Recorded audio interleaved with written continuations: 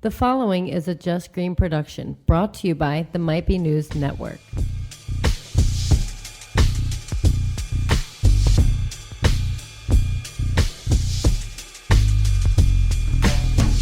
Hello, everyone. It's the week of August 5th, 2019. My name is Taylor Cooper, and this is the mid-season finale of Might Be News to You. And my birthday. Whoop, whoop. What up, everybody? Mid-season finale week. I've been waiting all week for this. Actually, it's Monday, so I've been waiting a while for this. It's been a good weekend. Kev, what up, Kev? What up? What up, Jackie? Hello. What up, CJ? How's it going? Everybody's here. Listen, this is going to be a great show.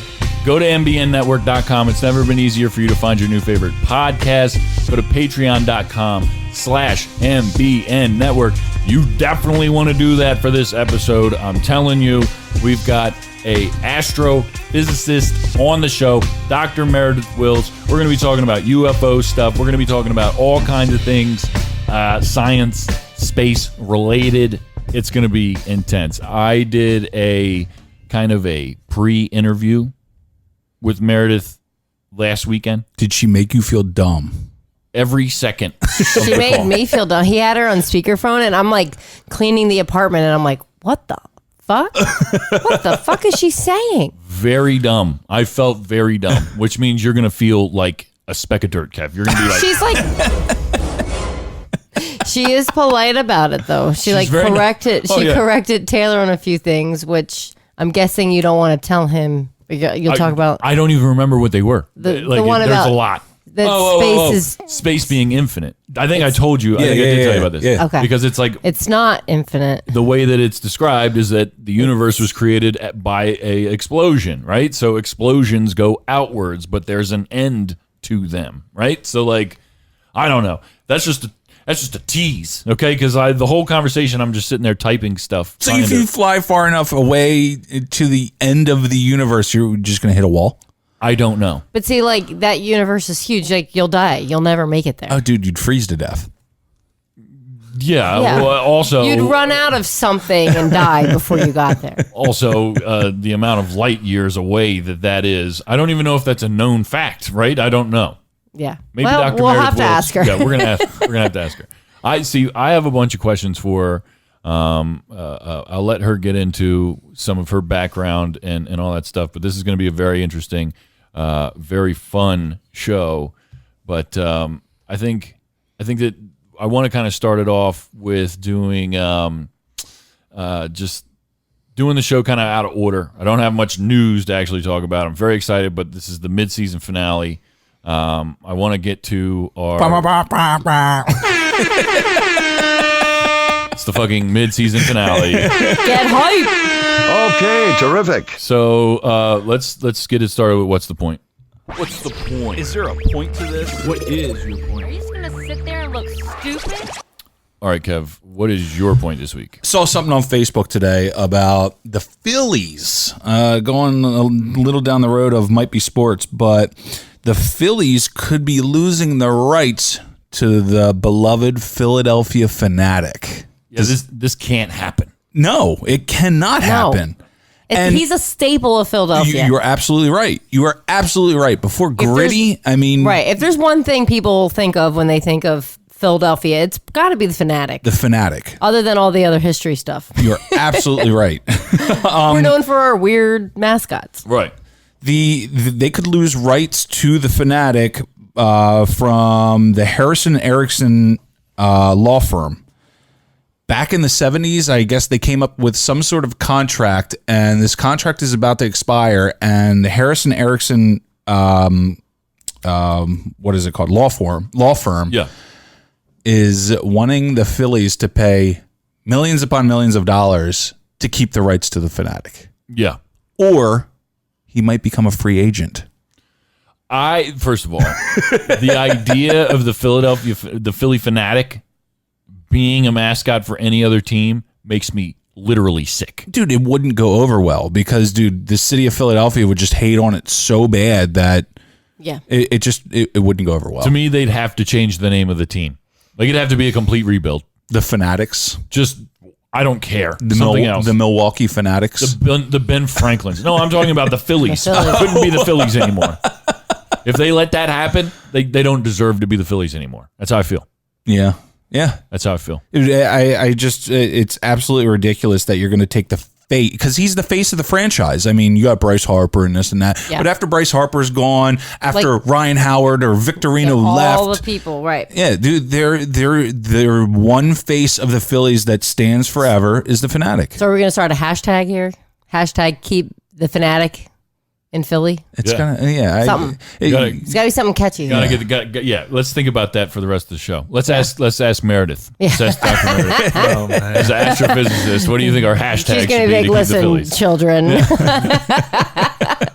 She's all into baseball. She is all into baseball. So not only is she an astrophysicist, like I was saying, but she's also the one responsible for writing the article about the juiced baseballs. Yeah. That's like the biggest story in baseball right now this year is the juiced baseballs.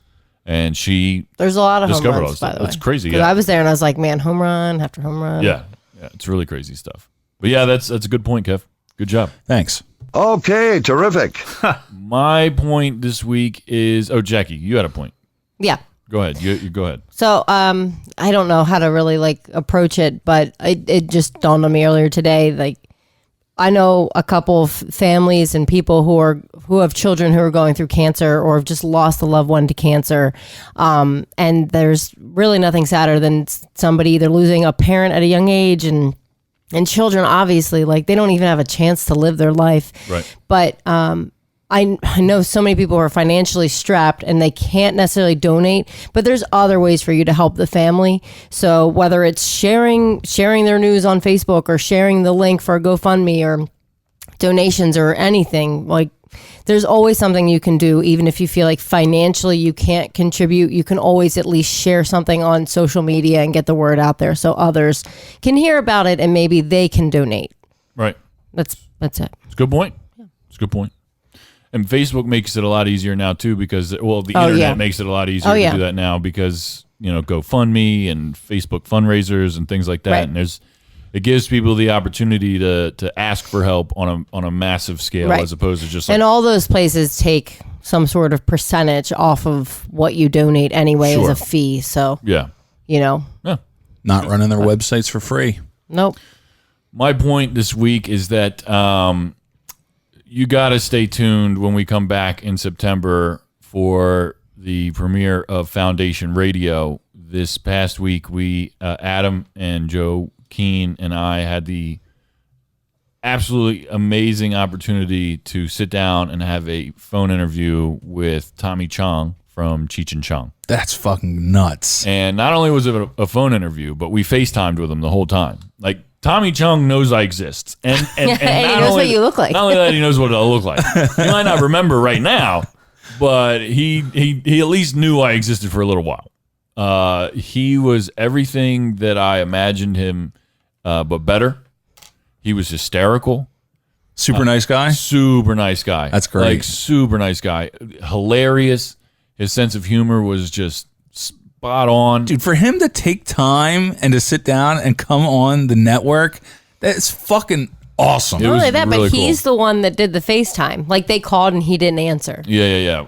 And he called back. Yeah. That's dope. Yeah, it was very, very cool. Did you bug out when he didn't pick up? All right, so listen. Oh man, I don't want to talk a lot about it because here's the deal with the Tommy Chong interview. We were recording a good 5 minutes before the interview started, right? Not like official content. It's basically behind the scenes stuff that we were just recording, talking about the preparation and how nervous we were and blah, blah, blah. How nervous was Joe Keane? Oh, he was nervous. Visibly nervous. Wow. Nervous, yes. And this is all discussed on the behind the scenes stuff. So go to patreon.com/MBN Network, register because you're not going to want to miss the exclusive content for that episode. It's going to be great. We're putting together the whole uncut thing. So I'm going to put the 5 minutes before the interview all the way leading into the interview without any cuts. And then I'm going to put the 5 minutes, 5 or 10 minutes that we did afterwards of us just fanboying the fuck out. And this episode's not out yet, but if they do go sign up right now, they don't get charged right now. Correct. They can go listen to all this fucking content without getting charged. Well, I think how it works is that they would get charged. No, I don't know if they'd get charged. That's a good question. Because right now... You put the stop on the payments. There's a stop on it, but I don't know if they get charged up front and then an initial charge. Gotcha. I don't know, Kev. Well, good job, man. So for not knowing it, no, I don't look like a penis. Damn it! I was like, it was gonna happen. He was steady with that. He knows exactly batting at your hand like a cat. God damn it! Just like a cat. So stupid. You know exactly what button it is. You were supposed to move it. I know. I was supposed to move it, and I'm also supposed to have this thing all the way across the room from you. I won't hit it again. It's okay. But you didn't know that. It's okay. Answer. You're right. I did not know the answer, and I should know that answer. I do know that if you go to patreon.com/MBN Network right now and register for one of the 3 tiers that we have, you'll be entered into monthly giveaways. Last month, we gave away a autographed copy of Darren Prince's book, Aiming High. Very good read. Shout out to Sean, who won that. All of our patrons get exclusive network gear stuff. We send out mugs, koozies, different things, all kinds of stuff. Autographed, memorabilia from the Novak and Franz show. Kevin Reevy's book. It's fantastic stuff. And we put together a couple videos on there. We're going to start YouTubing more stuff, but Patreon members are going to get first dibs on that stuff. They're going to get it at least a couple weeks early, as well as a ton of other exclusive video footage that we're going to be putting together, and just behind the scenes recording stuff. Season 2 is, season 2 has been kind of the start of the whole Patreon thing. Season 2, part 2 is going to be all about Patreon. I'm going very, very hard on providing very, very dope content for Patreon in the second half of the season. Word. That's a fucking guarantee. Guarantee? That's a fucking guarantee. You're not going to have to go back and edit this episode? Nope. Nope. He tweaks it. Yeah. I look like a penis. I swear to God. It's going to be so fucking good, I'm telling you right now. Because also in the second half of the season, Kev, might be news. In its 5th season, will hit its official 100th episode. It will happen in the second half of the season. I'm not going to tell you exactly which episode. I don't want to spoil anything, but does anybody give a shit? Yeah. I do. You absolutely should, because we're way ahead of everybody else in the network, at least in that.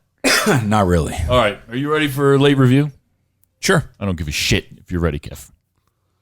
Fucking hit the button. I know it's a little late, but... You're just hearing about this? I can't believe I'm just hearing Why didn't I know about this sooner? All right. My review this week is The New Lion King. Jackie and I went out with her sister and her daughters, and we went and saw it this past week, and I enjoyed it. Let me just start this out by saying that the original Lion King is an instant classic.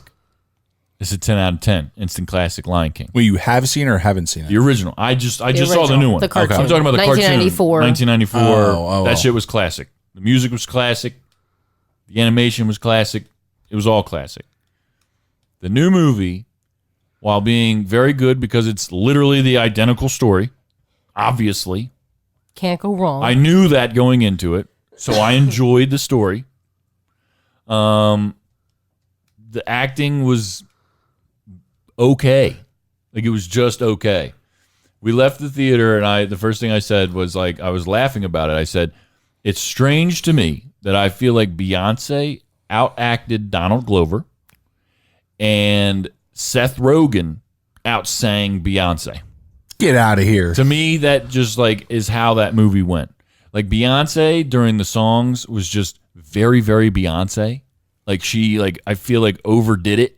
Yeah. Okay. You know what I'm saying? Like carried that note just a little too long. She went Or, on like, her she did her like vocal trails, and it's like, You don't need to we do don't that. need to be fancy. What else would you get from Beyonce? I I mean, don't know, just sing the damn song. Well said, Craig. listen. What, I would, what do you expect? We know you're Beyonce. We know this, but you're not playing Beyonce. You are not okay? playing Beyonce. You're playing a character. You're playing- Her name is fucking Nala. You're playing a lion, for Christ's sake.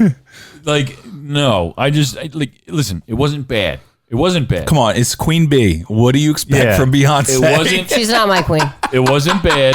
And you borrowed children to go to a children's movie. Listen, we were gonna go anyway. We were gonna go. I swear to God. My sister. I work with my one sister, and she was like, I was thinking about taking my older 3 to see the movie because I think Audrey is kind of old enough; she can kind of handle it. So I was like, well, Taylor and I are talking about going. Maybe we can go Tuesday. There's a 5:00 showing, so I just bought all the tickets for us all to go. You should have went on Wednesday. No, we just went. No, No, Tuesday's cheap. $5. $5 on Tuesday. Tuesdays. This has nothing to do with this. What I'm trying to tell you is that the new Lion King movie, okay? Okay, terrific. The new Lion King movie is a good movie. It's not better than the original. It's not.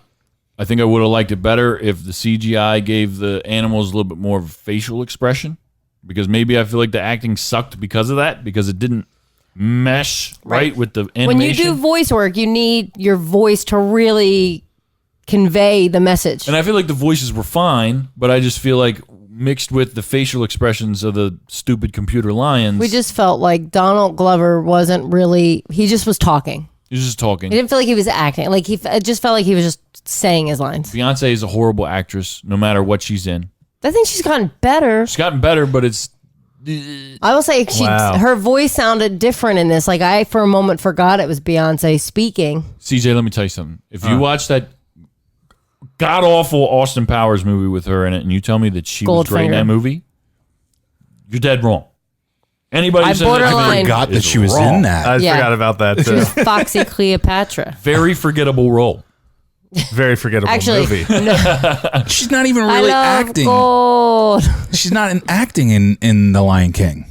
No, She's supposed She's to. doing voiceovers. Listen, I give the movie a straight up. But you're a 7. voice actor. I give if you it- were in a CGI or animated movie, like you're not physically in it, but your voice is. You're a voice actor. But part of her being a shitty actor, isn't it like her expressions and how she portrays herself in front of the camera?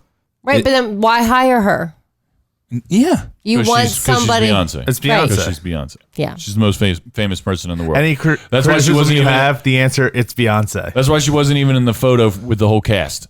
She had to be CGI'd into it because she's Yeah, the that's most true. famous Because person You in did the she's world. say that. Beyonce. You Yeah, did because say she's that. Beyonce. She really had to be See? CGI'd. Yeah. Yes. Yeah. See, Who every talked about answer. it? You said John Oliver? Yeah, John Oliver was like, that's Like- funny. She wasn't even there. She's standing right next to me in the picture. It's like, whatever. Listen, I don't have a vendetta against Beyonce. I like Beyonce's music sometimes.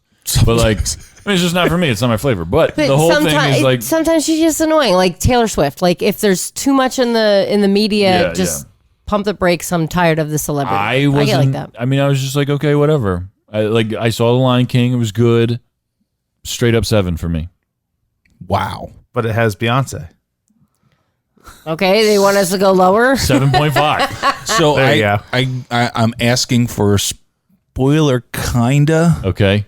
That scene Yes. in where they're singing "Can't Wait to Be King" Right. and all the animals are piled on top of each other. Yes. Going back. That does not happen. Fuck! I mean, that's a cool scene. That's another thing. All the music, I felt like it was shorter. Like some of the really good songs, like they didn't spend a lot of time on. Like Hakuna Matata was really long. Yeah, that was long. And then there's a random Beyonce song that didn't exist in the original one in it. I don't know. Yeah, it felt. I don't know. So they cut out some of. didn't- Did it they didn't cut live out up any to of the the hype for me. Did they cut out any of the good songs? The one song that Scar sang, You like be prepared. I heard that it was cut out, but it wasn't. It was just really short. It was a very short and it wasn't version. like a song. It was more like a speech with music behind it. Was Scar dope looking? No, kind of, but not really. Like it was. I mean, all- he was definitely like you could You could tell, tell he was Scar. because he was like much thinner. Yeah, Okay. and Than he was Mufasa. definitely beat up. Yeah. I mean, He looked ragged. The animation was dope. It was very realistic, very cool.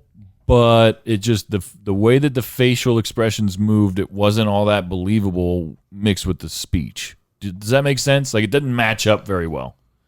Like, somebody could be yelling and it didn't look like the animal was talking any louder than it would have been talking if it was just talking regular.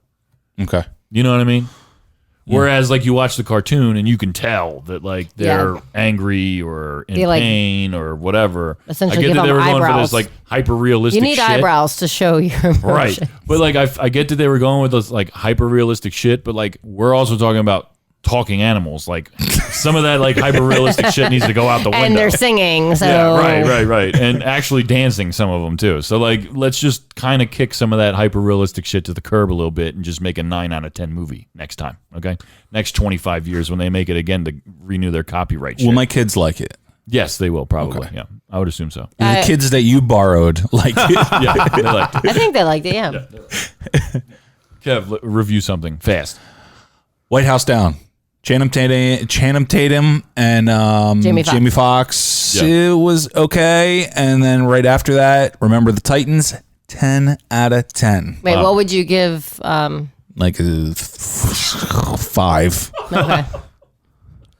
Instantly disgusted. Yeah. But Remember the Titans is Remember the Titans, Denzel Washington, unbelievable role, and I fucking love that movie. It's apparently so good that it took over your late review. Yeah. Yep. It's like Absolutely did. right in the middle of it. I'm surprised you gave a movie a 10, to be honest. Dude, it's great. Because you're normally such a hater. Dude, anytime that fucking movie's on, I can sit down and watch it. Anytime. Remember the Titans? Yeah. It's crazy, too, because the one coach's daughter is Hayden Panettiere in that movie. Isn't that crazy? I don't know who that is. Come on, Kev. Oh, from She Heroes? played in Heroes. She's Yeah, done yeah. a couple other things. She's pretty well known. Was that the Dallas show? Is that what it's called? Something about Nashville. country Nashville. Nashville. Whatever. Some The country, Dallas. some country town. Review something quick and you're still talking about it. Well, I listen. That's probably my fault. Remember the Titans is a really good movie. What did you say? 10 out of 10. It's an instant classic for you. It is an instant classic. It's good. You can't argue that. It's good. Ready for This Week in History? Yeah. And now it's time Jesus Christ. for This Week in History You gotta do me like that. with co-host Kev. Fuck. Go ahead. August 5th, 1884, the cornerstone for the Statue of Liberty was laid. August 5th, 1962, Marilyn Monroe died. August 7th, 1959, the United States launched Explorer 6, which sent back pictures of the Earth. Oh, okay. Dude, Wow. could you imagine in 1959 not knowing what it looks like? I mean, that has always been available to Yeah, us. it's common knowledge for us, yeah. August 8th, I didn't write down the fucking year. Jesus Christ. August 8th, President Nixon announces he would resign the following day as a result from the Watergate scandals. The I am not a crook speech. Wow. Yeah. Didn't write down the fucking date. Like 1965-ish. Something like that. Did you see this week that they had a unearthed like tape of Ronald Reagan and Richard Nixon having like a straight up like super racist conversation? No. Yeah. Did you see that, CJ? I did see that. All right. Well, listen. Great It's little quick, 1974. Oh. great little clip Thanks. at the beginning here. We're gonna pause and get Dr. Meredith Wills on the phone. Very excited about this. Kev, you gotta promise me you're gonna be respectful. Okay. I'm always respectful. You gotta keep your cool. Unless a I'm little bit. talking to you. I mean, obviously, we're not hip to whatever she's going to be talking about, but I just need you to kind of try your best to I'm keep your just going to composure. let her know I am 100% dumber than she will ever be. Because one thing that's important, we don't do a lot of phone interviews here, but the phone, she can't see us and we can't see her, so we don't know when they're going to be talking or whatever. Right. If she starts talking, just shut up, because whatever she's going to say is infinitely more important than what you're about to say. Okay. One second, real quick, before we let you go for a second. I want to say real fast, on the day of this recording, it is co-host Kev's birthday, so happy birthday, Kev. Oh, Happy shoot. birthday. Oh, shoot. No. There you go. I'll do it one more time. It's for a you. celebration, bitches. Happy birthday, co-host Kev. Thank you you. so much for starting this whole thing with me and for being such a miserable sack of shit. I love it. All We'll be right back with Dr. Meredith Wills.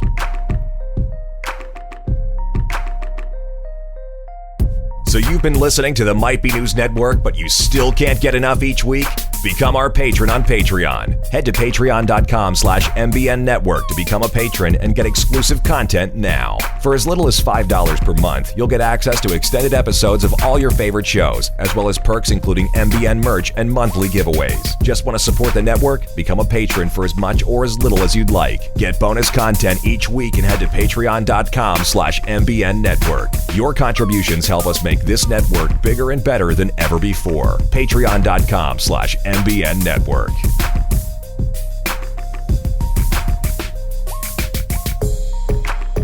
Welcome back to Might Be News. With us online, Dr. Meredith Wills. She's an astrophysicist, PhD. She's associated with the Baseball Hall of Fame. She wrote the whole article on the juiced baseballs, and we talked to her on Might Be Sports, and now she's here with us to talk about something that we talk a lot about on the show, which is assorted scientific things that we know nothing about, such as aliens and space, and we just have a lot of fun talking about it because it's such a crazy topic. But Dr. Meredith Wills, thank you so much for being on the show with us. Thanks for having me.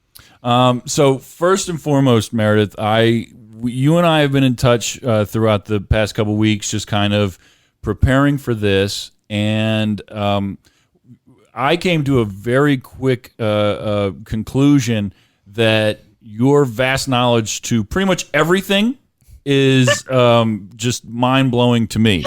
So we talked last week for a little while, and I threw one thing out at you that Kev and I talked about just the week prior, which is, wow, the universe is infinite and there's infinite possibilities, and Meredith was just like, you realize that it's not infinite, right? And I'm just like, of course I do.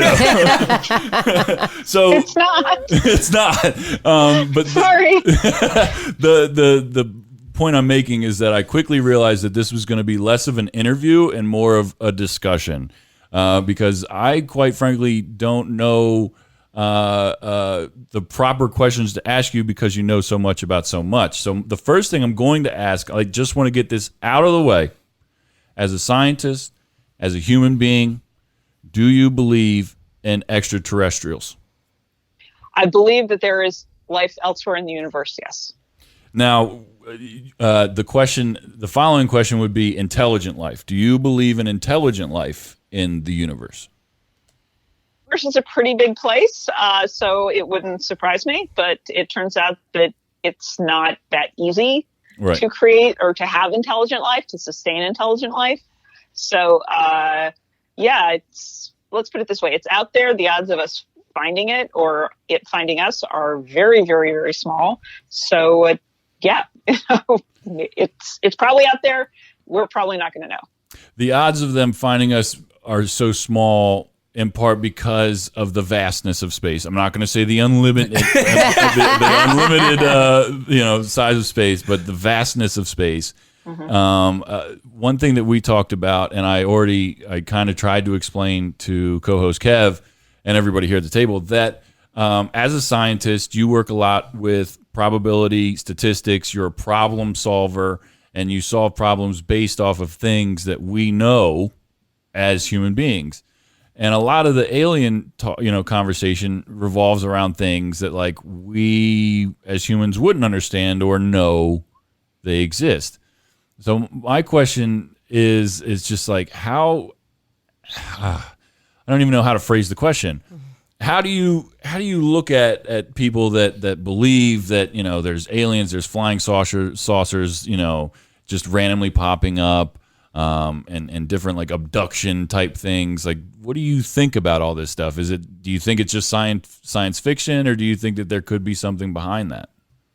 Actually, what comes to mind is that X-Files poster that some people have that says, I want to believe across the top. And a lot of it really strikes me as to why people want to believe. That feels like it gets to me into some kind of psychology discussion, which I actually know nothing about. I can point you to people who do, but I'm not going to go down that rabbit hole.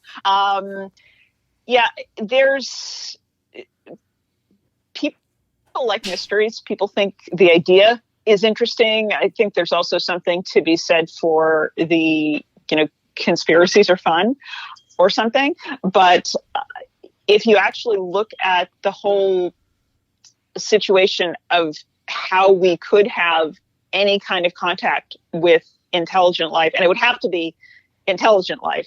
There's no way that like microbes could contact us or vice versa. Right. That's not on Earth is really turns out to be a problem, because as you say, it's not just that space is big. It also turns out that the kinds of communication that we would do or that they would do with us, or even, forget communication, just literally them being able to find us at all, depends on, first of all, if everybody's seen the movie Contact, this will make a lot more sense. Yes. But because they actually go into this a bit in the movie. But the only way that any alien civilization would know of our existence would be because we were giving off strong enough, say, radio signals, television signals, whatever, such that they could actually find them. And there's two problems with them finding them at all. First of all is that you guys have heard of the speed of light? Yes. I don't know what the speed of light is. It's the law, basically. Right. So basically, light can only go so fast. In fact, it's not that it can only go so fast. It goes at a very specific speed. Doesn't go slower, doesn't go faster. Always, no matter what the source of light is. Obey light, it's the law. Any light that's going that speed. Yeah, this is I feel a little smarter saying this. This is co-host Kev here. It takes about 8 minutes for the light of the sun to reach the Earth, correct? Bingo. Okay. Wow, Kev. Wow. Did you do research? Wow. It's important. I'm really glad you've got that, because what that also means is that everything we see from the sun happened 8 minutes ago. Right. Okay. Right. Because this actually comes into play as well. So what that means is that any communication, first of all, they're only going to be able to find us if we've sent out some kind of communication that somebody could see. And so, like in the movie Contact, one of kind of the big, can I swear on this show? Yes, Yeah. absolutely. Yep. Okay. All right. So one of the big oh shit scenes is everybody sees that there's like this video of Hitler and the 1936 Olympics coming back, and it's everybody freak out, the aliens are Nazis. Like, the aliens wouldn't know. It's more that, again, that would be one example. I could see the moon landing being another, where the signals coming that we were creating on Earth would have been strong enough where they would have traveled into interstellar space. However, before those signals would have happened, for all intents and purposes, we didn't exist according to the wider universe. Like they wouldn't be able to find us if we weren't sending off signals like that. So now, according to anybody who might be looking, we exist. Before 1936, or maybe Right. 1969, or I shouldn't say 69 necessarily, because there were moon missions before then, but certainly let's say 1969 makes it easier. We didn't exist. And so what that means is that, first of all, anybody who would be looking for us can't have been had that much time to look.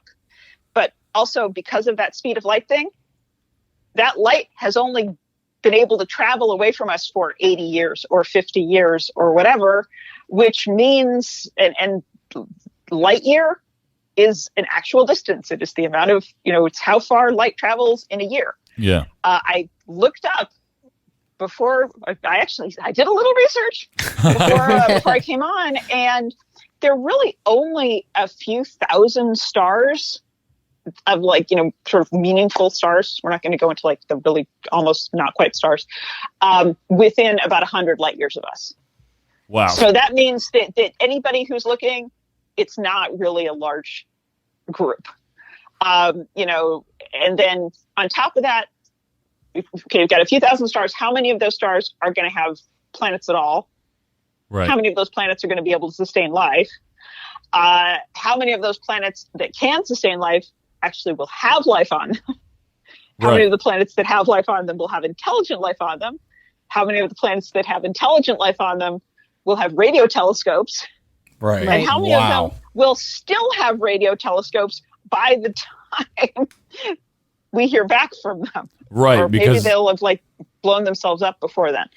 You see the problems. yes. So, because any communication that they would be able to send to us would take equally as long to reach us, just simply because of the law of that. Dude, that's wild. I don't even know what to say. Dude, I can't even wrap my head around it because that's just so much information to take in. Yeah. Like I'm sorry. I went too fast. No, you're good. You're good. No. You're good. You're absolutely good. One thing that I wanted to ask you with all this space talk and going even kind of away from space, but not really, with black holes and all that stuff. Black holes are space. But my question, so my favorite trilogy of movies, my all-time favorite trilogy of movies, and this is all movie-based, so so I sound like an idiot talking right from the gate, is Back to the Future. Do you think time travel is possible? No. Period. Point blank. Period. Never going to happen. Let's put it this way: in the universe as we understand it, unless there's something we have not yet discovered, but according to the laws of physics, as they are understood, and at this point we're actually talking about Einstein. Like, this is Einstein and relativity and stuff that's just been in the last 100 years or so. So maybe something else, we will discover something else. That's always a possibility. But what people don't realize is that to get stuff to move very, very fast, like even a fraction of the speed of light, speed of light is fast. Right. I mean, there's not even, I'm not even going to try to make an analogy. It's fast. And the thing that you run into, though, is that if you were to take the very, very smallest, lightest particle that you could in the entire universe, it turns out it's something called a neutrino. And it has so little mass that for up until, maybe only the last 10 or 15 years, we actually didn't think they had mass at all. We thought they were like particles of light are called photons. We thought they were kind of like photons because photons they don't have any mass at all. We thought neutrinos were like this as well. Turns out neutrinos have a little bit of mass. If we were to take one neutrino and try to speed it up to as close as we could get to the speed of light, first of all, we wouldn't get as close as you'd think. And second of all, taking that one neutrino up to that would require more energy than exists in the entire universe. Wow.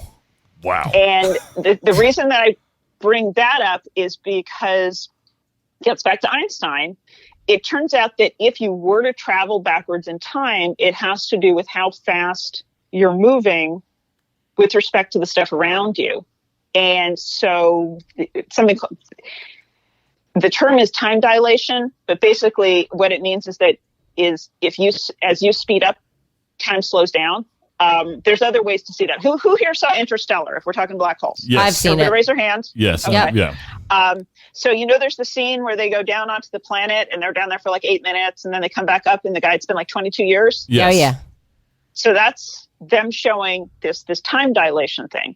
In that case, it's basically it's the same idea, except there it has to do with being in an orbit, but we'll just leave it at that. It's the same premise of, time is passing differently for the people who go down onto the planet as opposed to the guy who's up for 22 years in the spaceship. Is that possible? Oh no, that's absolutely possible. Wow. That's crazy. That's the thing. That's how the physics works. But if you were to take that to its logical conclusion, that the sort of the stronger that effect gets, eventually, in theory, you would get to a point where the people down on the planet, time, even though time is effectively moving for them, according to everybody else in the universe, time has stopped for them. Wow. Does that make sense? So millions of years could go by and someone would still be getting out of the ship down on the planet. And that's as you get closer to the speed of light, the person who's traveling at the speed of light, or in this case, the neutrino that's traveling close to the speed of light, they're just going to think everything's normal, whereas everybody looking at them is going to be like, okay, millions of years are going by. The only way, so if you were to go exactly at the speed of light, time would effectively be stopped. which means if you wanted to go backwards, you'd have to go faster than the speed of light. But since nothing in the universe goes faster than the speed of light, that's a problem. Plus the fact that you'd need more energy than exists in the universe to get the very smallest particle in the universe up to close to the speed of light to begin with. Wow. So if there is a way to go backwards in time, it does not obey the laws of physics as we understand it. So, all right. So time travel is out. It's officially out. Sorry. It's done deal. Yeah, I know, Sorry, I know. not so. I mean, we could go for We like don't. the Stargate We don't need to SG-1 go wormhole back thing in or time. We something. need to I'm go good with that. forward. So my question, a follow-up question to that, maybe not so much time travel, but parallel universes. How would that be possible, or is it not at all possible? That's actually one where you're going to love this. I think, and I don't think I'm obscure with this, that I think a lot of scientists think the idea of what, not even parallel universes, the term that gets used is multiverse, Okay. is actually entirely reasonable. Wow. Explain multiverse. Explain multiverse. It's a legitimate term. Multiverse makes more sense. Parallel universes makes it almost sound like they're these stacks of universes. Right, and they'd be the same almost. The way that I think of a multiverse is almost like they overlap. Okay. And I've had some interesting, going to go off the deep end here. I apologize to all my relativity friends and Neil deGrasse Tyson. It would not surprise me if in however many decades we discover that, for instance, dark matter, and again, I have my own ideas on this where I won't. First of all, there's a lot of math involved, and it's not where we want to go in this. But it wouldn't surprise me if things like, for instance, dark matter, if you've heard of that, Yes. May exist across the multiverse. Huh. Like, for instance, the same dark matter that exists in one, universe exists in another as well. Wow. Or something like that. So, which might also explain why it's so damn hard to observe and why we don't quite understand it. Because there's no like dotted line between the multiverses, between the universes. There's no like map. There's nothing telling us that this is where one starts and one ends. Well, the way I like to think about a lot of this actually is that the way that don't forget, a lot of this is everything, in fact, that we do in science has to do with things that are measurable. Right. Did I throw the term falsifiable at you, Taylor? You did. Okay. Yes, you did. This is one of my And he doesn't know what it means. No. He doesn't have to know what it means. I just want to know if this is a total bomb drop or not. No. So this is one of my favorite words for when I've taught astronomy, because it's like, in a nutshell, it's a single word. Yes. Falsifiable. There will be a quiz afterwards. It means to try to make something false, or to try to prove something false. That's essentially the cornerstone of science in general. It's being able to ask a question such that it is disprovable. Disprovable. It has to become fact. And that's literally, if you can make a falsifiable question, then it's science. The problem with a lot of the stuff that we're talking about is that forming that falsifiable question is actually kind of what's hard. And we're constrained by what we can measure. Think about some of the stuff that we know now. Like, let's say you were to hand your iPhone to somebody in the 1600s and have it work and show them how it worked. Right. There's Arthur C. Clarke said, was it any sufficiently advanced technology is indistinguishable from magic? Yeah. They would think they would probably burn you with the stake, actually. Right. But right. But my point being that their knowledge, their ability to measure things, and so maybe in a few hundred years we'll have learned enough to get beyond some of this. But how we are able to ask questions, we do know things like, for instance, there are certain types of questions that are unanswerable according to the laws of physics as we understand them, even though they sound like scientific questions. Like, for instance, what's inside a black hole, or what happened before the Big Bang? Those sound like science questions, but they're not, because they are quite literally outside the limits of what we can measure scientifically and outside of the laws of physics as we understand them. But that doesn't necessarily mean there's nothing there. It just means it's outside our purview. Before the Big Bang one, because I always get that when I did teach astronomy, is the analogy I like to think of as me asking you who you were before you were born. You know, right. You can tell me that you were Cleopatra, but you can't really prove it. Right, you can't prove it. Yeah. Now, I'll believe you. Right. Were you Cleopatra? No. Damn. All right. I've been hoping to meet her. Yeah. One thing that I wanted to touch on, because we briefly kind of skimmed over it in the very beginning, is the fact that the universe is not infinite. And you brought up the Big Bang, and that's the reason it's not infinite, correct? Yes. So explain that a little bit for co-host Kev, because I was trying to explain it to him, and the best I could do probably wasn't good enough. Well, it's okay, because honestly, the best that most people can do really isn't good enough. I'm not kidding. I'm not kidding. The problem is the universe. The universe has had an origin, the Big Bang. You know, this is why we talk about it. It's literally, and that's when I talk about before the Big Bang, that's literally time equals 0 is the Big Bang. Time equals 0. In the same way that we can't go backwards in time, there's no such thing as negative time, hence the question doesn't mean anything. Right.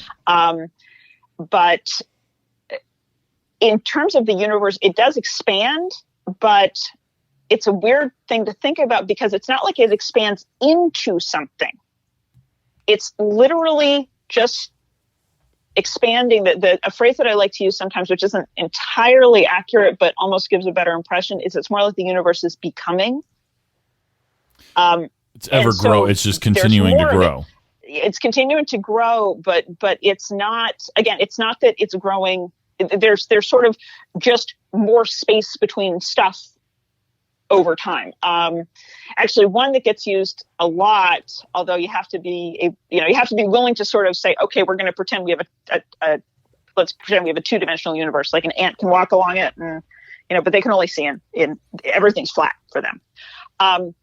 Picture the surface of a balloon, and then the balloon, you blow up the balloon, and it gets bigger, and so the surface of the balloon gets bigger, and that's all that the ant can see. So if he tries to walk around it once, it takes however long, and then it gets bigger. He tries to walk around it again, and it takes longer for him to cross his universe, as it were. Right. As the balloon gets bigger. So that's kind of what's going on. Except in this case, it's in 3 dimensions. But yeah, the key being the universe is not infinite. Is there a way to measure how fast it's growing? Yes and no. Yes, there is. In fact, one of my professors in college, Bob Kushner, actually did find this. It's something related to something called the Hubble Constant, which is really just relates to the rate. This was a holy. I guess it's now we know it basically, or we know roughly what it is. But this was like a holy grail for a long time with astrophysics. The problem is that it doesn't look like the way it's expanding is quite as predictable as we originally thought. I probably don't want to go too far in that direction because it gets a little weird, but I guess the best way to summarize it is you would think, okay, Big Bang happens, it just starts slowing down. It's think of the baseball coming off the bat, right? Yeah. As soon as it goes, it's airborne, ball starts slowing down. This is pretty much what we assumed happened, and once we started looking, it looks more like the universe sped up for a while in there and then started slowing down, and we're still not sure why. Huh. I don't get it. I don't know if that's a question that I've other people are working on. Oh, good. But it did kind of blow everyone's mind when they finally saw the data. It's a great question. That's something I didn't think of. So I have a question. And it's and just to prove that we actually are still learning a lot, and every once in a while, the universe throws us a curve. Yeah. I got a quick question. This is a little bit off topic, but so as the universe, as we sit in the universe, the Earth, the star is our sun. Or I'm sorry, the sun is our star. It's just ours, that we revolve around the sun. Stars burn out. Is there a timeline to when the sun will burn out? You haven't heard of the Y5B problem? I have not. Of course he has. You remember Y2K? Yeah. So, it was like, okay, all the computers are going to come to a crashing halt because of, programmers not realizing we were still going to have computers in 2000 when they started in 1970. Right. Whatever. Yeah. The what's going to happen with the sun is it's not, as stars go, it's pretty, well, okay. I studied the sun for a long time, so I think it's pretty cool. But as stars go, it's pretty boring. And so it's not going to do something like supernova or turn into a black hole or whatever. You need a much bigger star for that. In this case, what's going to happen is that eventually it does the equivalent of running out of fuel. And when that happens, the sun will then expand into something called a red giant. And that's going to happen in about 5 billion years. And even though it will still be a star, and this also gives you a feel for like how, not just how big space is, but how little density you need for something to still be considered an object or stuff, as it were. The actual size of the sun, like, the diameter, will expand past the radius of the Earth. So we're basically going to get swallowed by the sun in 5 billion years. Wow. Wow is right, Kev. But I have nothing to worry about, is what you're telling me. And that's the Y5B problem. Well, okay. Well, that's intense. That's intense. It really is. You can tell people, well, are you prepared for the Wi-Fi? Are you prepared for Y5B? Let's see what they say. One thing that I wanted to get to before our hour is up here for non-Patreon subscribers is we talked a little bit about faith versus science and how sometimes the two kind of overlap, but how sometimes they're also completely the opposite. Do you find yourself in your profession more times than not disproving religion or faith, or proving religion or faith? That's a trick question. No, if you think I'm kidding, that's a trick question. I don't know if he knows it's a trick question, but it is. I didn't know it was a trick question. I could pretend that I did, but I really did not. It's a trick question. Well, first of all, because some of this stuff, remember, what was the word I used before for the pop quiz? Anyone? Falsifiable. Good. All right, we got it. Yes. Collectively, we have one brain cell. That's all right. Yeah, everybody gets an A. If falsifiable is what you use to describe essentially how to, ask a question that you can answer using science. If something is unfalsifiable, which basically means you can't disprove it, that by definition is, you call it a belief. I try not to get into the murkier religious. My brother's a minister. You can talk to him about religion. I'll just stick with beliefs. But the idea being that there's nothing antithetical between science and belief systems. They are just totally different. If you can answer a question using science, it's not a belief system. If you can't answer a question using science, but you're still asking the question, the only way you can find that answer is with some form of a belief system. Can I do my Douglas Adams Hitchhiker's Guide to the Galaxy? Absolutely. Okay.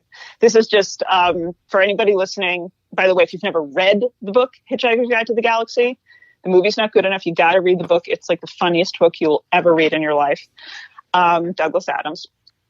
And there is a concept, or something they use for the story that's referred to as the Babel fish, which is basically a fish that you stick in your ear.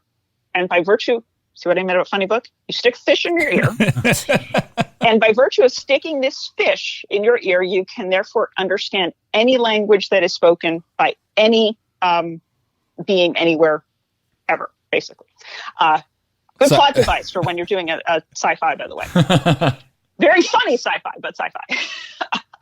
And so what the book then goes into is how the Babel fish has been used by philosophers as proof of the non-existence of God.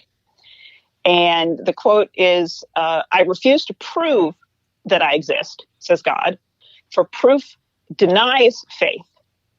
And without faith, I am nothing. Yeah. But, says man, the Babelfish is a dead giveaway. Nothing so mind-bogglingly useful could have evolved purely by chance. It proves you exist. So therefore, by your own admission, you don't. Huh. Oh dear, says God, I hadn't thought of that, and vanishes in a puff of logic.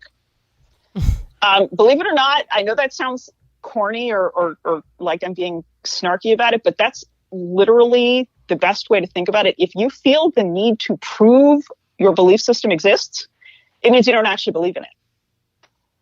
Wow. Does that make sense? That makes total sense. It makes 100% sense. Makes total sense. And I love that because, I mean, this is long before intelligent design. Great example of people like, I want to slap anybody, metaphorically, who's arguing intelligent design because I'm like, you do realize that you're just telling me that you don't actually believe in God by the fact that you're doing this. And yes, don't at me.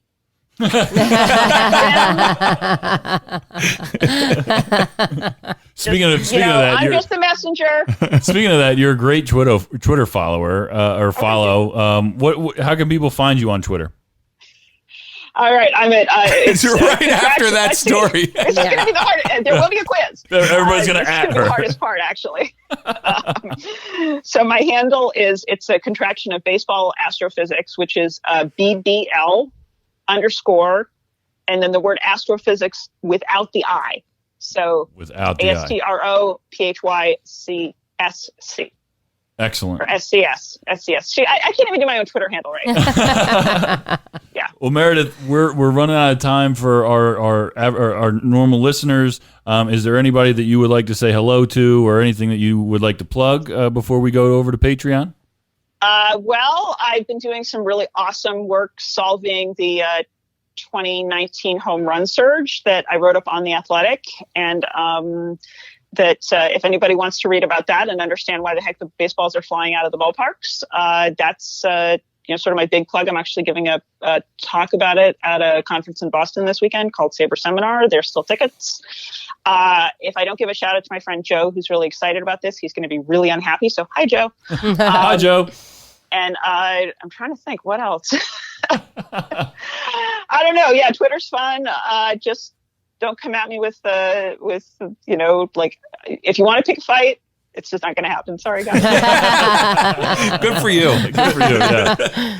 All right, we're going to take a quick break and go to patreon.com/MBN Network to hear the full episode of this. It's been a great half a season for Might Be News Network. Dr. Meredith Wills, thank you so much for being on the show. Thanks for having me. Thanks for being such good sports. Oh, awesome. We're really excited to keep talking to you. Go to patreon.com/MBN Network to hear the whole conversation. Co-host Kev, you've done a pretty decent job this half of the season, okay? I want you to just keep it going, but turn it up a few notches going forward, okay? CJ, keep doing everything that you're doing so well. It's fantastic. All right, thank you. Jackie. Yes. I love you. I love you too. All right? So, Kev, say peace out. See ya. CJ, peace out. See ya. Jackie, peace out. Bye. Meredith, thank you so much. We're going to talk to Meredith more on Patreon. Go there now to listen to it. Thank you guys so much for tuning in. We'll see you after Labor Day.